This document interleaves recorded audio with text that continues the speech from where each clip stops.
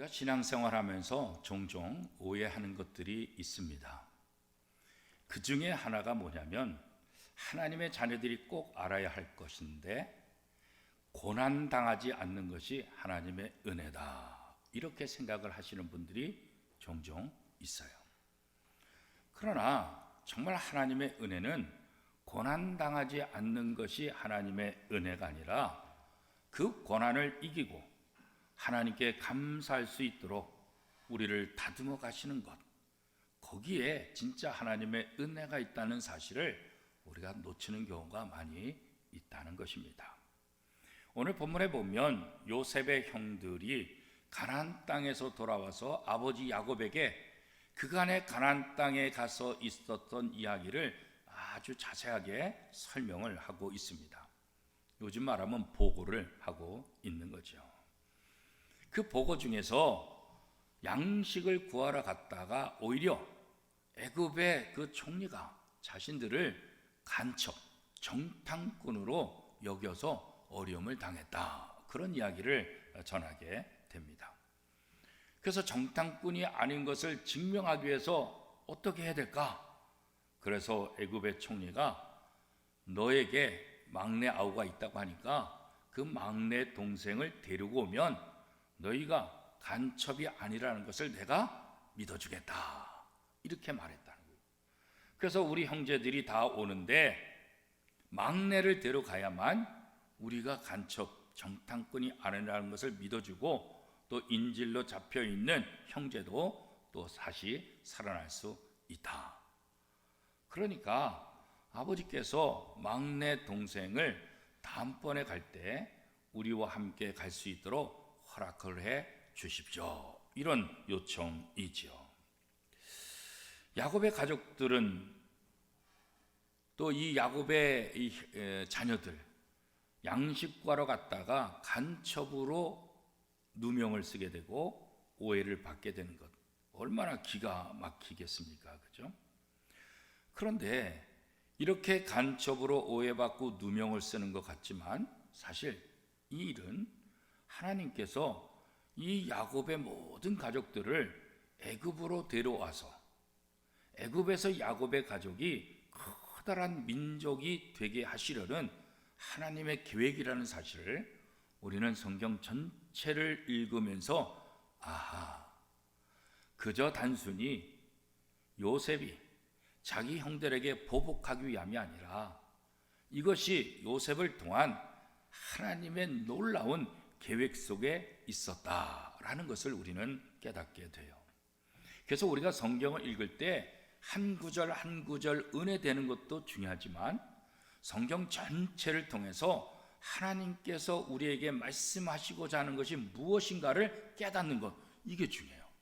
그래서 성경 전체의 흐름을 알 때 한 구절 구절이 진짜 은혜로 다가오는 거예요. 그런데 성경 전체의 의도를 알지 못하면 오해할 수 있는 거예요. 왜 하나님이 하나님의 백성에게 하나님이 선택하시고 이런 고통을 주실까? 왜 이런 나락으로 떨어지게 할까? 왜 이런 오해를 받아서 이렇게 괴롭힐까? 이런 오해들 우리가 할 수 있게 된다는 거죠. 하나님께서 이스라엘을 선택하시고 아브라함을 선택하시고 이 이스라엘 민족을 어떻게 키울 것인지, 그리고 이스라엘 민족을 키워서 하나님께서 뭐 하려고 하시는지 그것을 이미 아브라함에게 약속을 하셨잖아요. 그렇죠? 창세기 12장 3절 말씀에 보면 하나님께서 계획하신 그 구원의 계획을 이렇게 설명하고 있죠. 너를 축복하는 자에게는 내가 복을 내리고 너를 저주하는 자에게는 내가 저주하리니 땅의 모든 족속이 너로 말미암아 복을 얻을 것이라 하신지라. 하나님이 단 한 사람 아브라함을 구원하기 위함이 아니라 하나님이 단 한 가족 아브라함의 가족들, 그 후손들 이삭, 야곱의 가족들만 구원하시기 위함이 아니라 그 아브라함을 통해서 모든 족속이 하나님의 복을 누리게 하는 것, 이게 하나님의 놀라운 계획이 있었다는 거예요. 그러니까 지금 이 야곱의 아들들, 요셉의 형제들이 애굽에 양식 구하러 갔다가 억울한 일을 당한 것, 이것만 놓고 보면은 너무나 정말 억울하죠. 오해를 받으니까 그렇죠. 그러나 이 또한 하나님께서 온 민족을 구원하시려는 하나님의 계획하에 있다는 사실을 사실 야곱도 모르죠. 야곱의 아들들도 모릅니다. 어떻게 보면 요셉도 모를 수가 있는 거죠. 그렇죠? 그러니까 이런 상황을 알지 못하니까 이 야곱의 아들들도 이것 때문에 너무나 고통스러워하고, 야곱 자신도 이거 어쩜 좋을까? 아들 하나는 인질로 붙잡혀 있지. 요셉 그렇게 사랑했는데 요셉은 죽었지. 그런데 요셉의 피부치 이 베냐민까지 데리고 오라고 하니 이거 기가 막힌 노릇 아니겠어요? 어떻게 보면 야곱의 입장에서 하나님 왜 이러십니까? 아니 요셉도 죽었는데 인질도 또 붙잡혀 있는데 이러다가 베냐민까지 죽으면 나 어떻게 살라고 이렇게 하시는 것입니까? 하나님 앞에 원망할 수 있는 그런 충분한 상황이죠. 오늘 우리도 마찬가지죠. 우리가 하나님 잘 믿고 신앙생활하고 예배하고 교회 봉사하고 헌신하는 그런 모습들, 그럼에도 불구하고 우리가 여러 가지 고난을 당하기도 해요. 그 고난 때문에, 그 문제 때문에, 그 아픔 때문에 너무나 괴롭고 하루하루 삶이 두려움 속에 빠질 수가 있지요. 그죠? 그러나 고난을 이해하지 못하는 상황 속에서도 하나님은 우리를 향한 하나님의 놀라운 계획이 있다는 것을 우리가 이거 알아야 된다는 거죠. 그거 알면 이 고난을 넉넉히 이길 수 있게 된다는 거죠. 그래서 하나님의 자녀들은 이해할 수 없는 상황에 처해 있다 할지라도 뭐가 중요할까요? 하나님을 신뢰하는 거예요. 내가 이 상황을 도대체 이해할 수 없지만, 왜 이런 일이 내게 일어나는지 정말 알 수 없지만, 그러나 이 상황 속에서도 하나님은 나와 함께 하신다.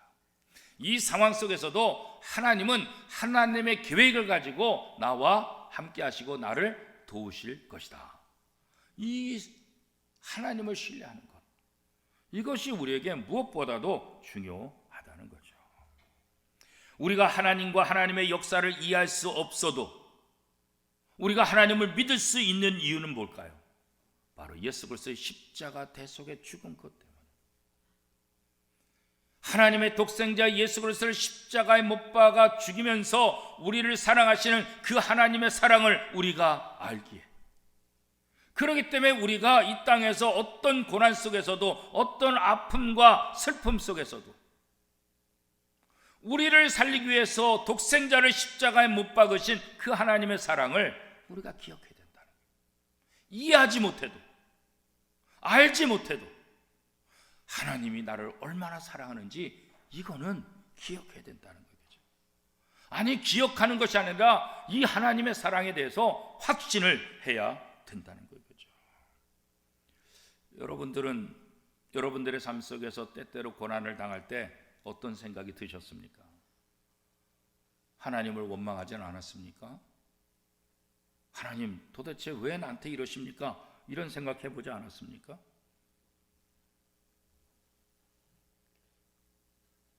우리가 연약한 인간이기 때문에 다 그럴 수 있죠. 그죠? 누구나 다 그럴 수 있어요. 누구나 다. 그러나 그런 상황 속에서 우리가 성경을 듣고 성경을 읽고 말씀을 배우는 이유 중에 하나는 뭐냐면, 그 상황 속에서도 하나님이 나와 함께 하시고 하나님이 나를 사랑하신다는 사실을 우리가 굳게 믿기 위함이에요. 그렇기 때문에 하나님의 자녀들, 이 성도들은 고난 가운데서도 낙심하면 안 된다. 이게 성경 전체를 통해서, 또 신약의 사도들을 통해서 우리에게 가르쳐주고 있는 핵심 메시지죠. 오히려 우리가 영적인 눈을 떠서 이 고난 속에서, 이 아픔 속에서 일하시는 하나님을 바라볼 수 있어야 되죠. 그런데 여기서 조심할 것이 있는데 뭐냐, 이 고난이 쉽지 않다는 거예요. 우리가 하나님을 신뢰하면 고난이 한순간에 싹 물러갈 것이나 그렇지 않아요. 내가 하나님을 신뢰하고 하나님이 나와 함께 하신 걸 내가 믿습니다 이렇게 고백해도 고난이 순식간에 사라지냐, 그렇지 않다는 거예요. 내가 믿음을 고백하고 내가 하나님을 원망하지 않고 하나님께 감사하며 한다 할지라도 이 고난의 나락으로 계속해서 우리가 떨어질 수 있다는 거예요. 그러니까 우리가 착각하는 거예요. 아니 내가 하나님 신뢰한다고 했는데도, 아니 내가 하나님 믿는다고 했는데도 왜 고난이 그치지 않고 왜 고난이 더 심해집니까? 하나님의 약속 이거 정말 내가 신뢰할 수 있습니까? 오히려 처음에 하나님을 신뢰하다가 고난 속으로 더 몰아치니까 오히려 거기서 하나님께 더 반항할 수도 있게 되는 거죠. 어떤 분은 처음에는 반항하다가 나중에 하나님께 감사하는 사람도 있지만, 하나님께 감사하다가 이게 오래 가니까 여기서 또 반응하죠. 하여튼 사람들에게는 여러 가지 다양한 반응들이 일어날 수 있는 거죠. 하나님에 대해 생각할 틈도 없이 고난이 몰아닥칠 때, 그죠? 기도할 생각도 나지 않도록 고난이 몰아닥칠 때, 그죠? 허겁지겁 내몰 수 있는 그런 상황 속에서, 그죠? 참 쉽지 않죠, 그죠? 급할수록 돌아가라. 또 급할수록 정신 차려라. 돌다리도 두드리고 가라. 그렇잖아요. 그렇게 고난 속에 내몰리는 그 상황 속에 우리가 잠시 멈춰야 되겠죠. 잠시 멈춰야 돼요. 그 고난의 아픔 속에서 잠시 멈춰야 돼요. 그리고 한번 생각해 봐야 돼요. 그리고 하나님을 생각하고 하나님을 바라보는 그런 훈련이 우리에게 필요한 거죠. 그렇죠? 야곱과 그의 아들들이 집에 와서 곡식을 딱 풀어보니까 어떤 일이 일어났어요? 세상에 이 곡식 자루에 자기네들이 가져간 돈 뭉치가 그대로 있는 거예요. 아니 지금 정탐꾼으로 몰려가지고 인질 잡혀있지, 막내 아들 데려와야 정탐꾼으로 인정해 준다 그렇지. 우와, 이거 정말 세상 말로 미치고 환장하는 거 아니겠어요? 그죠?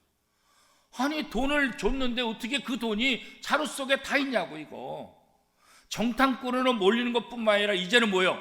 도둑놈으로 또 몰릴 수도 있고. 우리가 정탐꾼이 아니라고 얘기한 것 이거 신뢰하겠어요? 야, 너 정탐꾼 아니라며 그러면서 어떻게 돈을 도로 가져가냐, 이 도둑놈들아. 이거 엎친 데 덮친 거죠. 그렇죠? 기가 막힌 노릇 아니겠어요?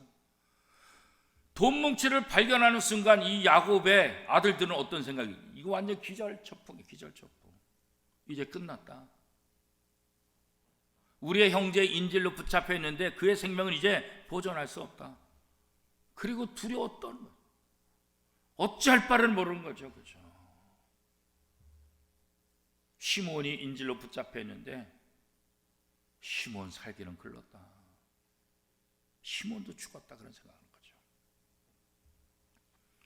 아버지 야곱은 자녀들이 이렇게 절망 속에 빠지고 놀라고 당황할 때 아버지로서 어떻게 해요? 이 상황을 잘 정리해 줘야 되잖아요. 하나님의 선택받은 사람으로 하나님의 은혜 받은 이 야곱이 자신의 인생 가운데서도 하나님이 얼마나 자기를 인도하고 얼마나 자기를 멋지게 만드셨어요. 정말 어떻게 보면 인간 같지 않은, 아버지도 속이고 형도 속이고 온통 인생이 거짓말과 속임수로 가득한 이 야곱. 그런데 하나님이 이 야곱을 어떻게 사랑해 주셨어요? 누구보다도 야곱은 하나님의 은혜, 하나님의 사랑 이거 기억해야 되잖아요. 그죠? 이렇게 아들들 속에 여러 가지 곤란이 있고 환란이 있다 할지라도 이 아버지 야곱은 걱정하지 말아라. 나도 과거에 정말 기가 막힌 일들을 당했지만 그때마다 우리 여호와 하나님이 나를 도우셨다. 그래서 내가 여기까지 왔다. 이거 한번 얘기해 줘야 되지 않겠어요? 이거 한번. 야곱은 하나님에게 베푸신 은혜 싹 다 잊어버려. 하나님께서 자기에게 약속한 말씀 싹 다 잊어버려. 뭐 때문에? 두려움 때문에. 뭐 때문에? 인질로 잡힌 아들 죽게 생겼죠. 막내 아들도 다시 데려가면 이 막내 아들의 생명도 어떻게 될지 모르죠. 눈앞에 펼쳐진 이 두려움 때문에 모든 것 다 잊어버리는 거예요. 하나님의 은혜도 하나님의 약속의 말씀도 다 잃어버린 거예요. 다 잃어버린 거예요. 하나님께서 야곱에게 베푸신 은혜, 하나님께서 야곱에게 하신 말씀, 그 말씀을 붙잡고 신뢰하기보다는 환경에 떠밀려서 오히려 더 두려워하는 거예요. 아들보다 더 두려움에 빠져요. 그죠? 하나님께서 야곱에게 주신 약속이 무엇입니까? 창세기 28장 13절 14절 말씀에 보면 이렇게 말씀하시죠. 또 본즉 여호와께서 그 위에 서서 이르시되 나는 여호와니 너의 조부 아브라함의 하나님이요 이삭의 하나님이라. 내가 누워있는 땅을 내가 너와 내 자손에게 주리니 내 자손이 땅의 티끌같이 되어 내가 서쪽과 동쪽과 북쪽과 남쪽으로 퍼져나갈지며 땅의 모든 족속이 너와 내 자손으로 말미암아 복을 받으리라. 하나님께서 야곱에게 주신 약속이에요. 나는 너의 아버지 하나님, 너의 할아버지 하나님, 내가 어디로 가든지 내가 너와 함께 할 것이고 내가 약속한 것 다 이룰 수 있도록 너를 도와줄 것이다. 그리고 너와 내 자손으로 말미암아 복을 얻을 것이다. 야곱에게 주신 하나님의 약속이잖아요. 그렇죠? 그런데 지금 상황 속에서 하나님이 주신 약속의 말씀을 새까맣게 잊어버리는 거예요. 그렇죠? 오늘 우리도 마찬가지죠. 우리가 수없이 말씀을 읽고 수없이 성경을 읽고 수없이 설교를 들어도 우리의 삶 속에서 말씀이 우리를 지배하게 되는데 우리도 이렇게 어려움 속에 빠지면 말씀은 다 빠져나가고 염려와 근심과 걱정이 우리를 지배하고 있잖아요. 그렇죠? 그래서 우리는 날마다 기도해야 되고 날마다 하나님의 말씀을 들어야 되고 읽어야 되고 공부를 해야 되는 거예요. 하나님의 자녀인 성도들도 해결할 수 없는 것처럼 보이는 이 어두운 현실 속에서 두려움에 빠졌습니다. 목사인 저도 마찬가지예요. 여러분도 마찬가지예요. 신앙생활을 오래 한 사람도 마찬가지예요. 그러나 하나님의 사람들은 두려움을 믿음으로 이겨내고 하나님의 자녀들에게 주신 약속을 의지하는 것.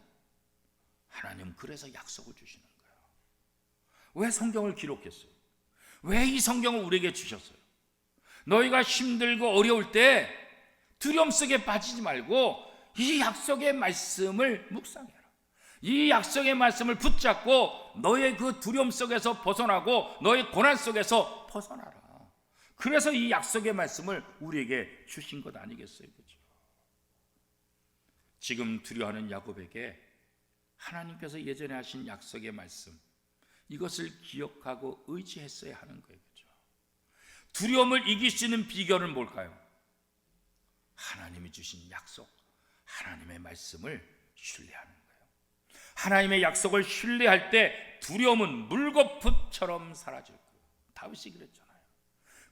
큰 물이 내게 오고 뭐 난리를 친다 할지라도 나는 절대로 요동하지 아니하겠노라. 어떻게 이런 고백을 할 수 있었어요? 자기의 과거를 통해서. 사울에게 죽임당하려 하고 도망자 신생이고 여러 가지 어려움이 있었지만 그 어려운 순간순간마다 하나님이 다윗을 어떻게 지키시고 어떻게 도우셨는지 이거 아니까 큰 물이 요동하고 뭐 난리를 친다 할지라도 나는 절대로 요동하지 않겠다. 왜요? 하나님이 나와 함께 하신 것을 내가 믿기 때문이죠. 이 믿음이 저와 여러분의 믿음이 될 수 있기를 축복합니다. 고난 속에서 우리가 어떻게 승리할 수 있는가? 다른 거 없어요. 고난 속에서 우리에게 스며드는 이 두려움에서 우리가 어떻게 벗어날 수 있을까? 하나님을 바라보고 하나님의 약속의 말씀을 신뢰하는 거겠죠. 하나님의 약속의 말씀을 붙잡는다는 건 뭘까요? 이 하나님의 약속의 말씀이 우리의 삶 속에서 굳건히 자리 잡게 하기 위해서 우리가 어떻게 해야 될까요? 그죠? 늘 말씀을 묵상하고 반복하는 거예요. 내가 믿어질 때까지 반복하는 거예요. 내가 이해가 안 돼도 그래, 하나님은 언제나 나와 함께 하셔. 하나님은 나를 사랑하시지, 독생자 예수 그리스도 십자가에 못 박기까지 나를 사랑하셨지, 이거 자꾸 생각해야 돼요. 두려워하고 불안에 빠질수록 하나님의 약속의 말씀을 자꾸 묵상하는 거예요. 그 하나님을 떠올리는 거죠. 그 약속의 말씀을 붙잡고 나가는 거죠. 이 야곱의 큰아들 루벤, 두려움과 원망에 사로잡힌 아버지 보니까 더 기가 막힌 거 아니겠어요? 그죠? 아니, 아버지가 우리를 위로해야 되는데 아버지가 더 두려움 속에 빠졌으니까. 그러니까 큰아들 루벤이 아버지를 위로하기 시작해요. 그죠? 아버지 걱정하지 마세요.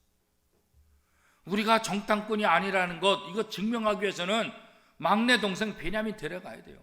그리고 보세요. 이게 지금 곡식자루에 돈 뭉치가 그대로 있잖아요. 이거 우리가 가져가고 동생 데려가지 않으면 우리가 누명도 벗을 수 없고 우리가 도적으로 물려서 어떻게 될지 몰라요. 지금 시몬이 붙잡혀 있잖아요.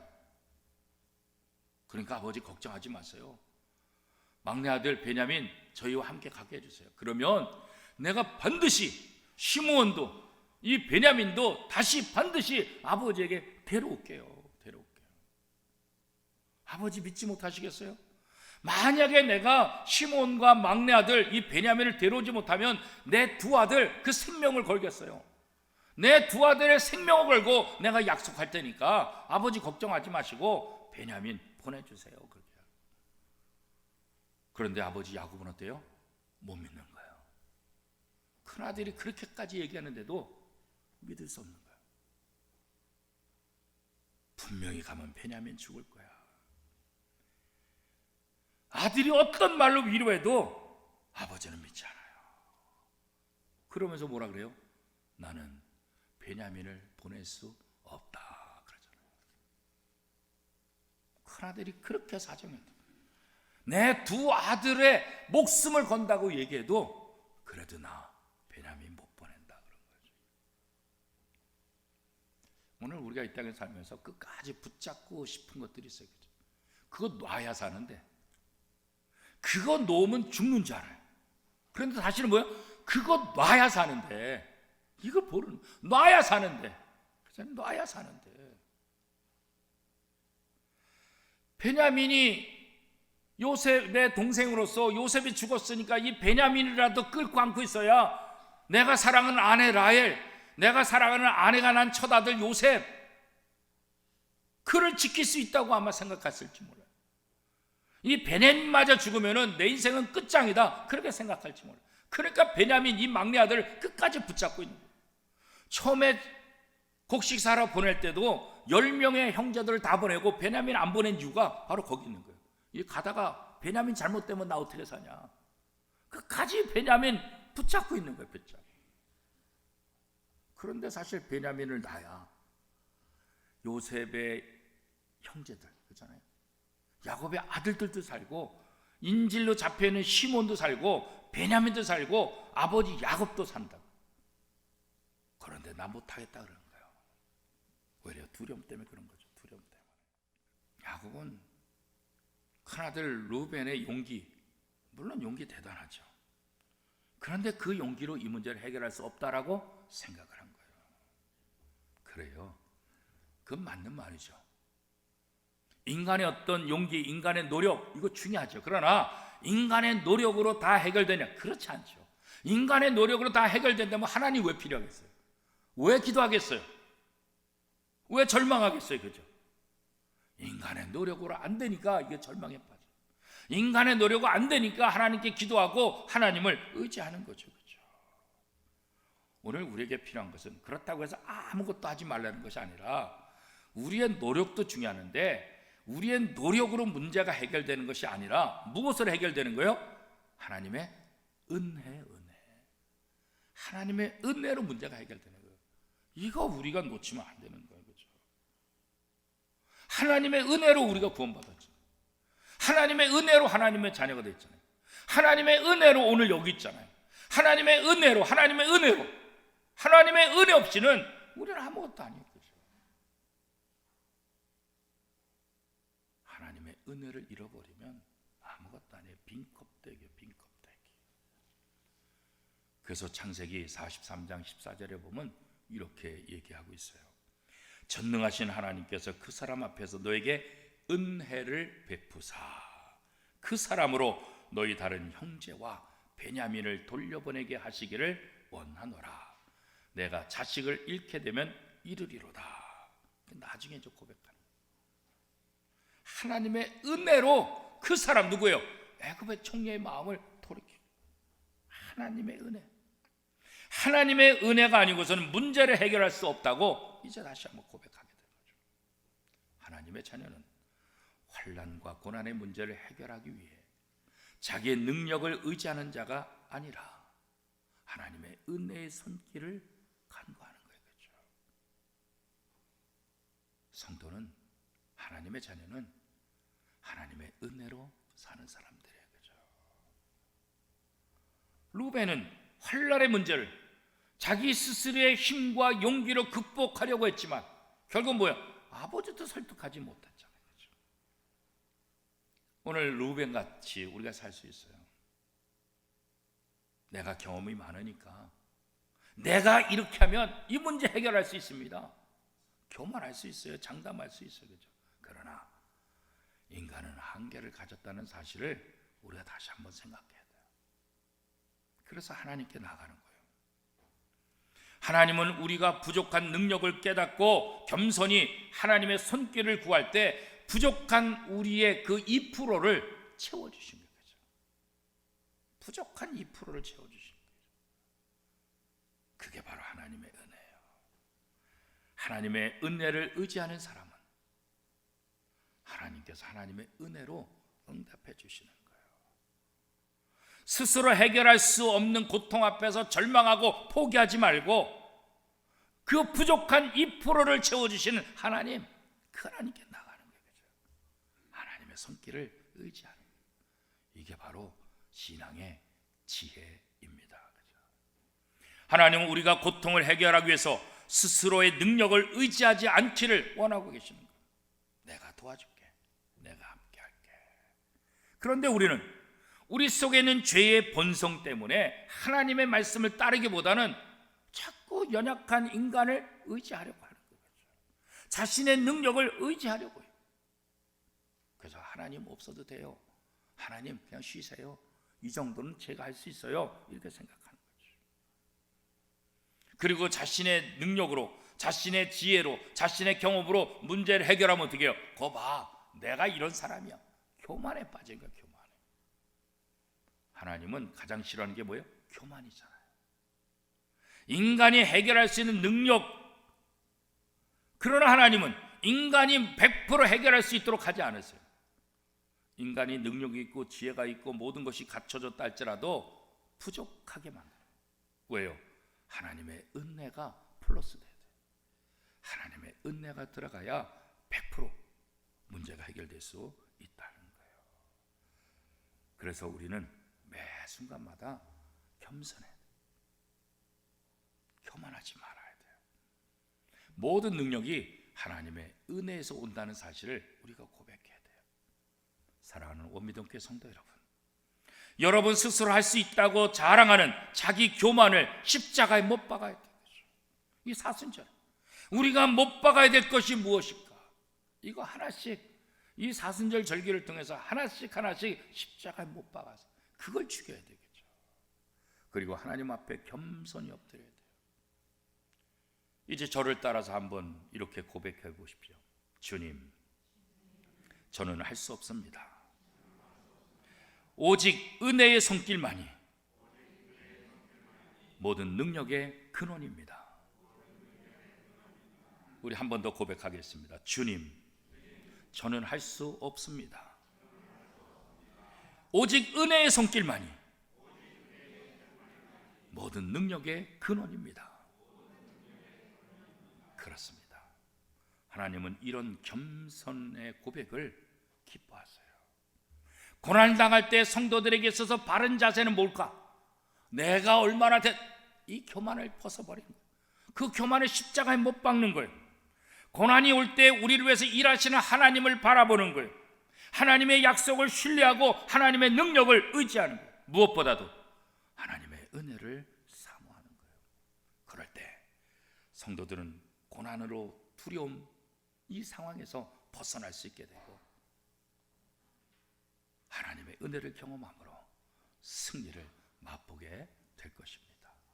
어떤 고난 속에서도 하나님이 나와 함께 하심을 기억하시고 하나님의 은혜로 날마다 승리하는 저와 여러분의 삶이 될 수 있기를 축복합니다.